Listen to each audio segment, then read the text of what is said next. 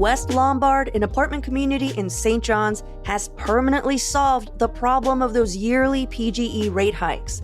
They are 100% solar powered, and electricity is included with every lease. They're also conveniently located directly across from New Seasons Market, close to all the awesome local small businesses in downtown St. John's, as well as the University of Portland and the Adidas North American headquarters. And they're giving away $25 Visa gift cards if you schedule a tour today. Visit westlombard.com for more information. That's westlombard.com.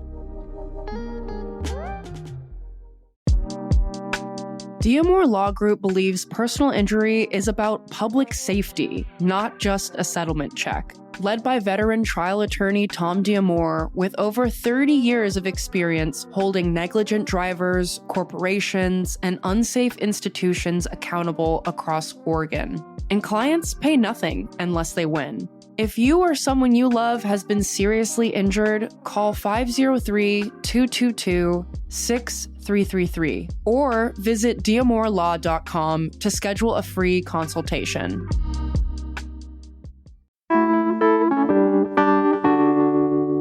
Today on CityCast Portland, we're looking into all the latest updates surrounding the Border Patrol shooting of 2 people in East Portland. And we're also hearing from you, our listeners. Joining me on this midweek roundup is our very own senior producer, Giulia Fiaoni. It's Wednesday, January 14th. I'm Claudia Meza, and this is what Portland's talking about.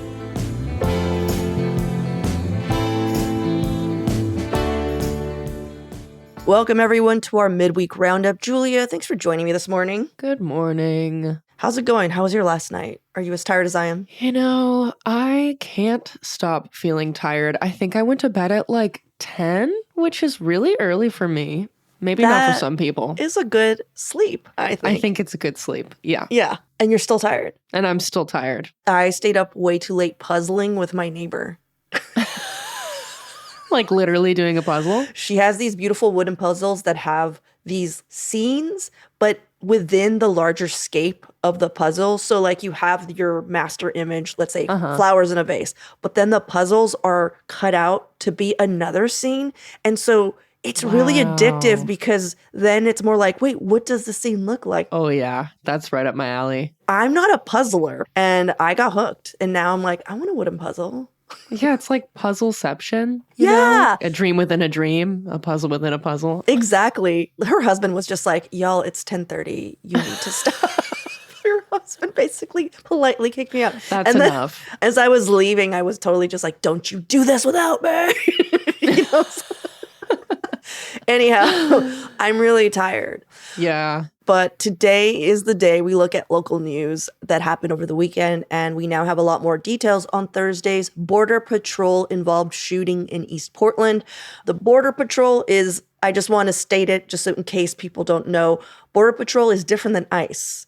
Do you know how they're different, Giulia? They're both under the U.S. Homeland Security umbrella, but they have like different functions as organizations. So there is a distinction between the two in this case. Cool. And if you somehow missed that piece of news, 2 individuals were shot and wounded in their vehicle in the parking lot of an Adventist Health Medical Office building by Border Patrol agents as they surrounded this vehicle in an attempt to stop it. The truck that they were in rammed into an empty federal rental car as they attempted to flee, and agents shot Luis Nino Moncada and his passenger, Yorlenis Betzabith Zambrano Contreras. Moncada was shot in the arm, and Luis Nino Moncada drove about 3 miles after the shooting, stopped in the parking lot of a Northeast Portland apartment complex to call 911 for help.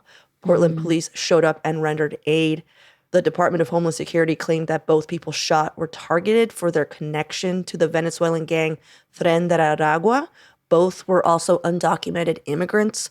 On Friday, Portland Police Chief Bob Day confirmed they had an association with the Venezuelan gang, but not much more has been confirmed in the details of that association. All this happening in the heels of a Minneapolis woman being killed by an ICE agent really rattled a lot of us in the city. Giulia, I know you've been tracking what's happened since then. Where are we now with all the details?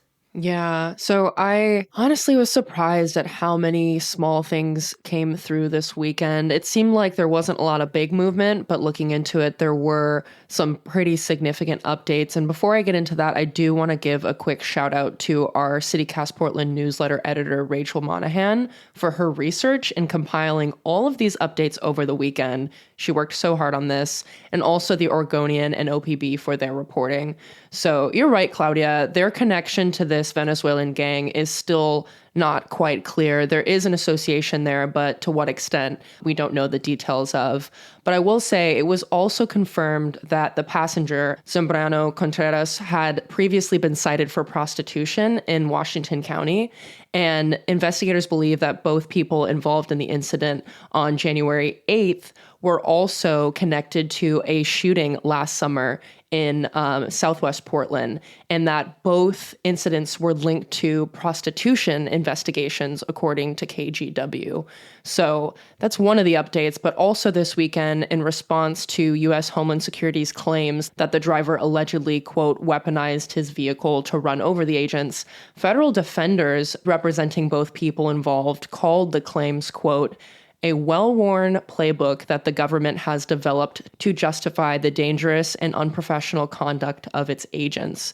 But then, fast forward on Sunday, the FBI did arrest Nino Moncada, accusing him of aggravated assault of a federal officer and damaging federal property in excess of $1,000. Oh, the rental car? Yes, the unmarked rental car. Okay. So, and then like you mentioned, he has a final deportation order against him from 2024 for entering the U.S. illegally back in 2002. And Zambrano Contreras has also been charged with illegal entry into the U.S., but in Texas. She was released from the Legacy Emanuel Hospital, but was held by ICE in Tacoma as of earlier this week. There was also some details on the shooting from court documents that were released this weekend, linking to interviews with 4 of the 6 federal agents at the scene of the incident. And what was most interesting to me from these updates was that the agents are actually split on how threatened they felt in the moment of the shooting. So one said they were afraid for their safety and for the safety of the public generally. And another agent who aimed his gun at the ground said that he was not at all scared for his life, while a third agent fired 2 shots through the driver's side window, obviously hitting both folks involved. As they were driving away, as they were backing out. As they were driving away, yes, that's an important detail. From what the court documents say, it sounds like there was an attempt to flee the scene, and many times where the car was moved forward and put in reverse to try to maneuver out. Gotcha. You know, I can't speak on the intention, but it seems like it was an attempt to flee.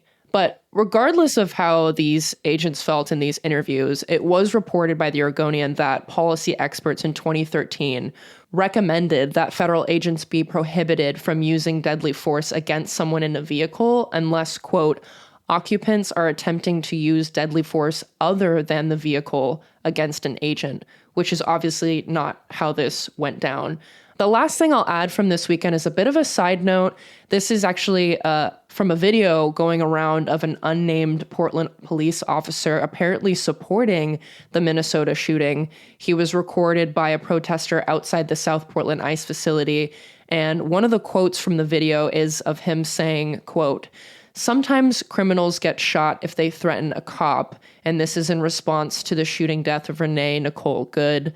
He was reassigned before the weekend's end, but the video has really gone viral. So, where was he reassigned to do what?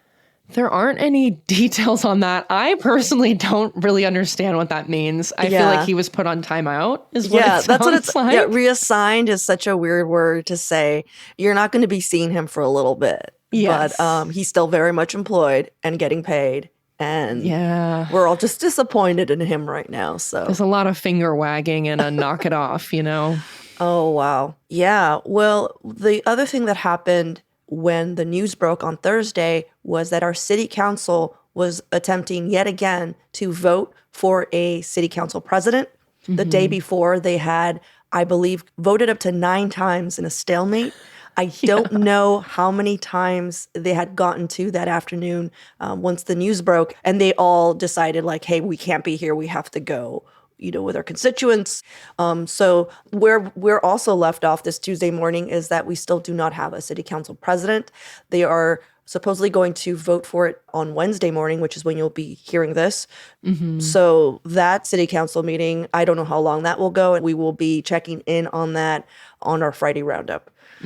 Yeah. I'm curious, Julia, I know you and Rachel in particular have been really following this over the weekend. Do you know if there are some questions out as to what the reporters are looking into? Because usually, when they report, there's like, we'll be following up on this or that. Like, do you know where we're at with anything else? I will say I do want to share some of the response from local leaders. I think there are a lot of questions that they have. They really have not accepted the federal government's explanation for what happened without question. So Mayor Keith Wilson has been adamant about ICE ending operations in Portland until a thorough investigation has been done. And in addition, Oregon Attorney General Dan Rayfield announced this weekend that the Oregon Department of Justice is launching its own investigation and that they opened a tip line for anyone with information to reach out. And basically, they're examining whether any federal officer acted outside of the scope of their lawful authority, and that the case may actually be referred to the Multnomah County District Attorney if evidence is found. So there should be some more updates coming out of that soon. All right. Well, thank you, Julia, for your breakdown. Let's take a quick break here. When we come back, we got a few notes from our listeners about all that's been happening.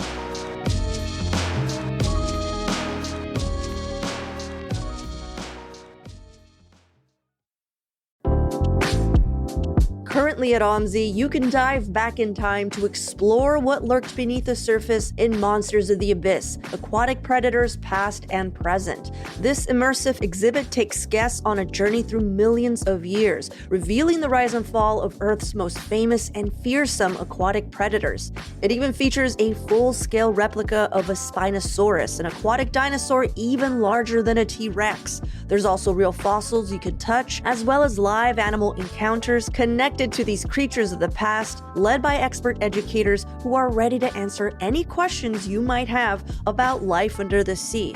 This is a perfect outing for families and explorers of all ages. Tickets are on sale now at omsi.edu. That's omsi.edu.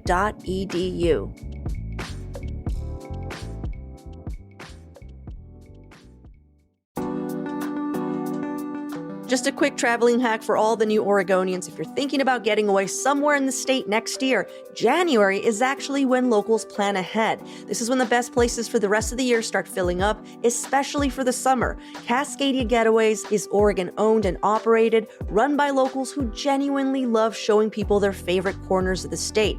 They have homes on the coast, around Mount Hood in Central Oregon, and they just launched in Oregon wine country, which is already booking fast. And when you book directly with Cascadia Getaways, you're skipping the big third-party booking fees, which can be as high as 15 to 20%. You can go take a look at their properties at cascadiagetaways.com to see what's available and to learn more. That's cascadiagetaways.com. The Getaways is plural. Book direct, book local, explore Oregon.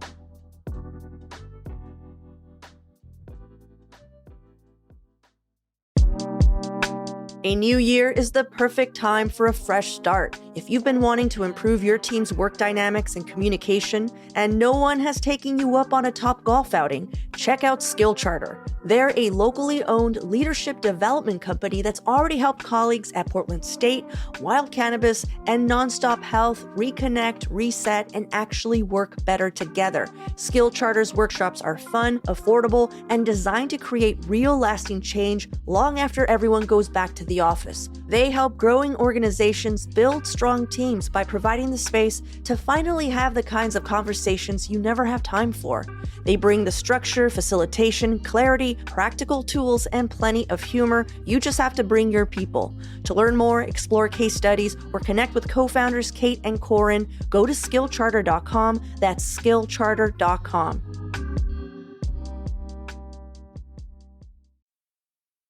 Before we jump into our mailbag, I wanted to spread the word that we're hiring for a full-time position here in the CityCast Portland team. We're looking for an audience development manager.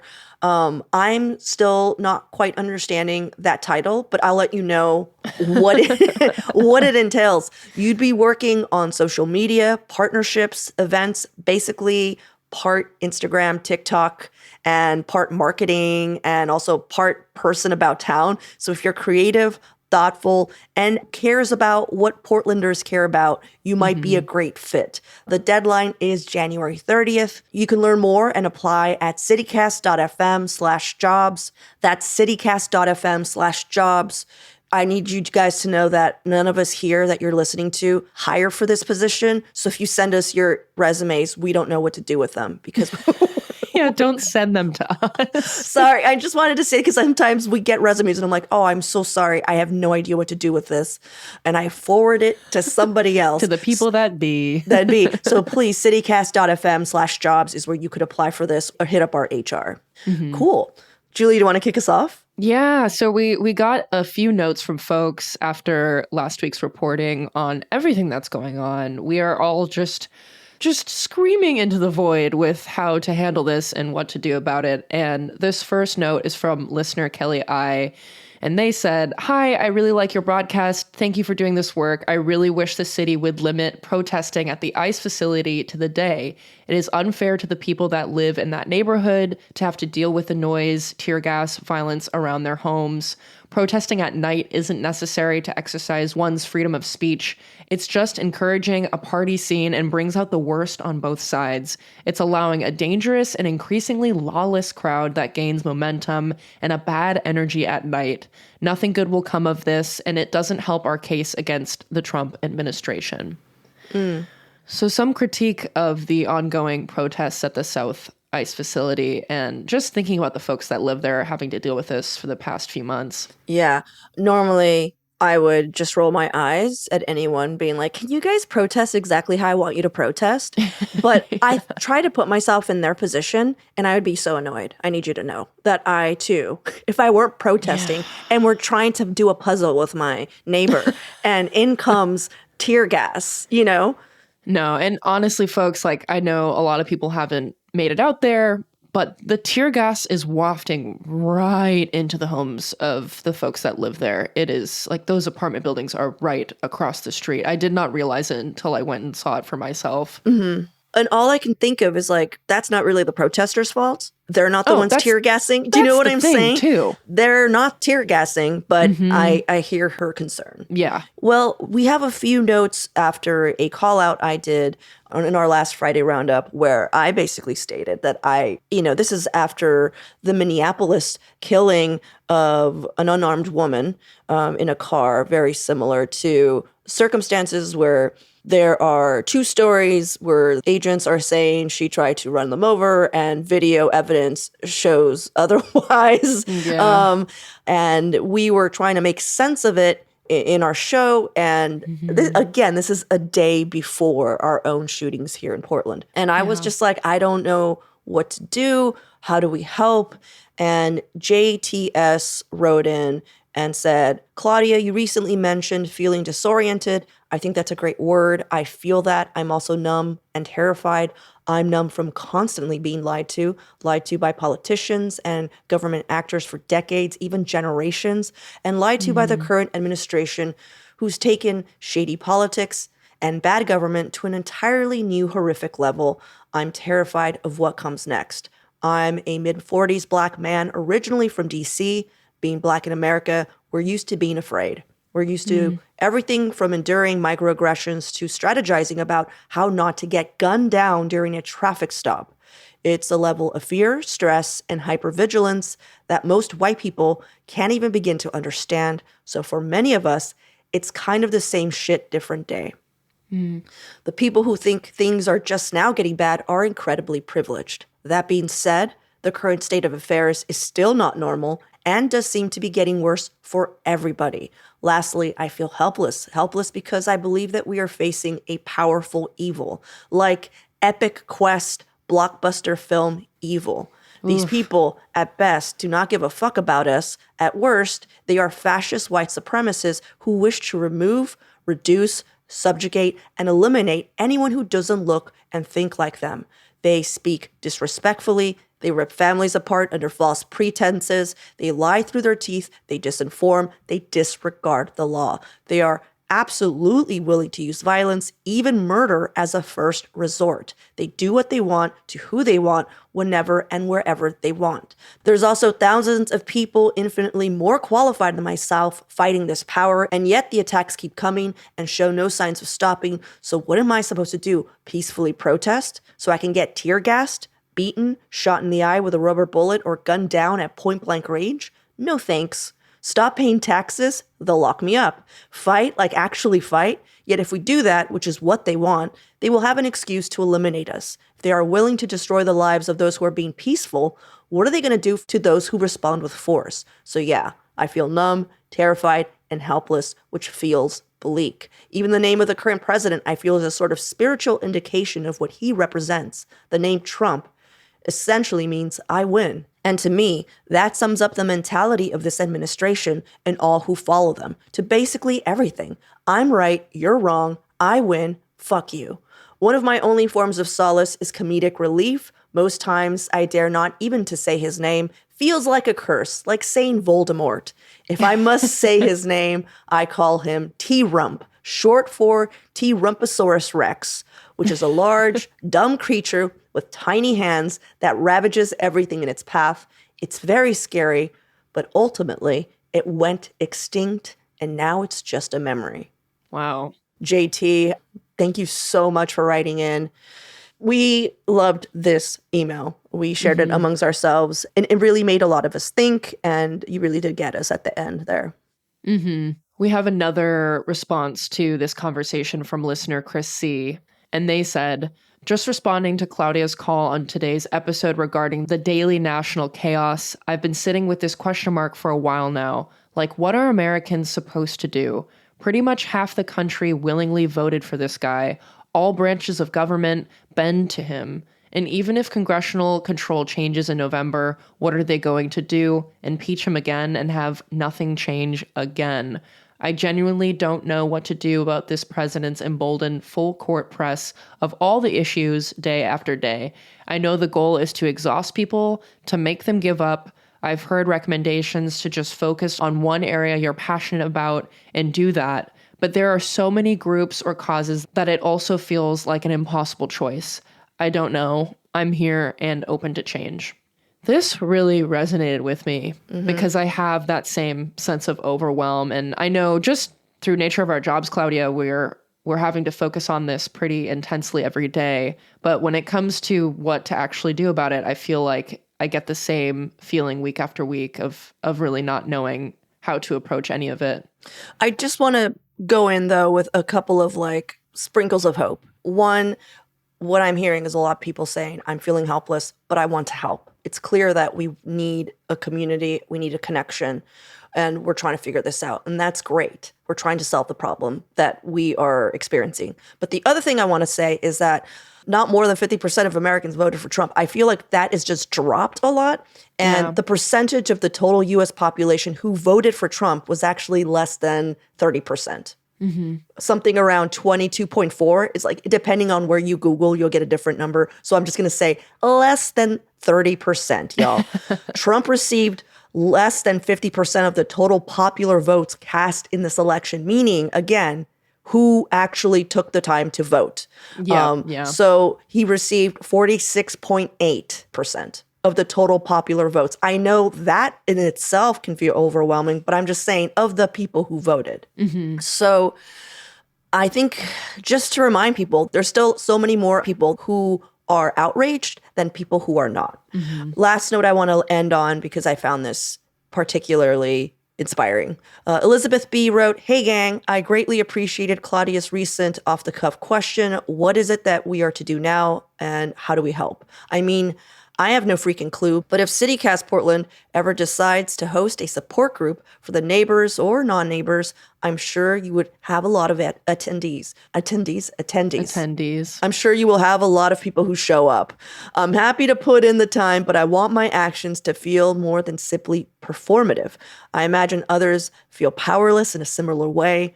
Thank you for providing us with a regular dose of sanity and humor during this time of insanity. I listen to a lot of podcasts, but yours is my favorite by far. Oh, thank you, Elizabeth. I could say a lot of other nice things about the pod, genuinely, but honestly, I'm currently food prepping for the week and my brain is fried. So just know I really appreciate you. It's so relatable. I know. Thank you so much, Elizabeth, for taking the time from your food prep to send us this sweet note. Yeah. And I just wanted to shout out to our listeners. There's so many of us, so many of you who are just like, where do we meet up? And I'm wondering, should we create that space? Should we find a place to all hang out? I mean, I don't know. Here's the deal is that none of us are, as you listened to this podcast, none of us are powerful orators or sometimes even know what we're talking about. But what we do know is we love Portland, we love our community, and we want to show up for it. Hit us up if this is something that is of interest to you and you're like, I want to meet up with other people who are just as confused as I am and maybe just, I don't know, we could just have a beer or a tea. Maybe we puzzle. Maybe we do the Inception puzzle that I'm now really into. I don't know. I just feel like being in community with other people is where it's at. It feels a lot less scary that way. And magic does happen from that. So hit us up, Portland at citycast.fm, if this is something that is of interest of you, and we can start figuring something out. Yeah, send us ideas like where to meet, what to do. We're all ears when it comes to things like this. And if we can provide a space for folks to come together, then we're all for it. 100%. And just know that, unfortunately, we don't have our audience development manager yet. So there's literally none of us in here who have the capacity to put on events by ourselves because we're literally putting on this podcast every day. So help us out. If you're like, yeah, let's do this event, we'd love to help in any way we can. Again, Portland at citycast.fm. Thank you, everyone, for listening. Giulia, thanks for hanging out with me. I appreciate you. And I guess I'll see you in 2 minutes. Thanks, Claudia. See you soon.